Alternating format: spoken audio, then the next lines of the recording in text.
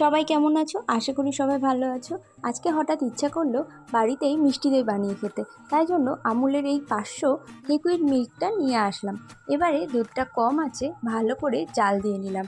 এর মধ্যে মিশিয়ে নিলাম পরিমাণ মতন চিনি। চিনিটা বেশি কম করে নেওয়াই যায়। দুধটা ঠান্ডা হতে রেখে দিলাম। অন্য একটা পাত্রে চিনি দিয়ে ক্যারামেল বানিয়ে নিলাম। তার মধ্যে সামান্য একটু দুধ মিশিয়ে নিলাম। এবারে সম্পূর্ণ ক্যারামেল মিল্কটা দুধের মধ্যে মিশিয়ে নিলাম ভালোভাবে। দুধটা বেশ উষ্ণ গরম হয়ে রয়েছে।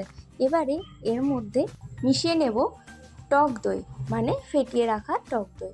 সামান্য পরিমাণে টক দইটা মিশিয়ে নিয়ে এবার ভালো করে দুধটাকে সমান পরিমাণে নেড়ে চেড়ে দিলাম।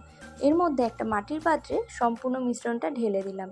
পরে সারা রাত একটা গরম জায়গায় রেস্টের জন্য রেখে দিলাম। আর সকালবেলায় ফ্রিজে রেখেছিলাম। ব্যাস, তাহলে রেডি হয়ে গেল ঠান্ডা ঠান্ডা মিষ্টি দই। রেসিপি ভালো লাগলে আমার চ্যানেলটা সাবস্ক্রাইব করে দিও প্লিজ। টাটা।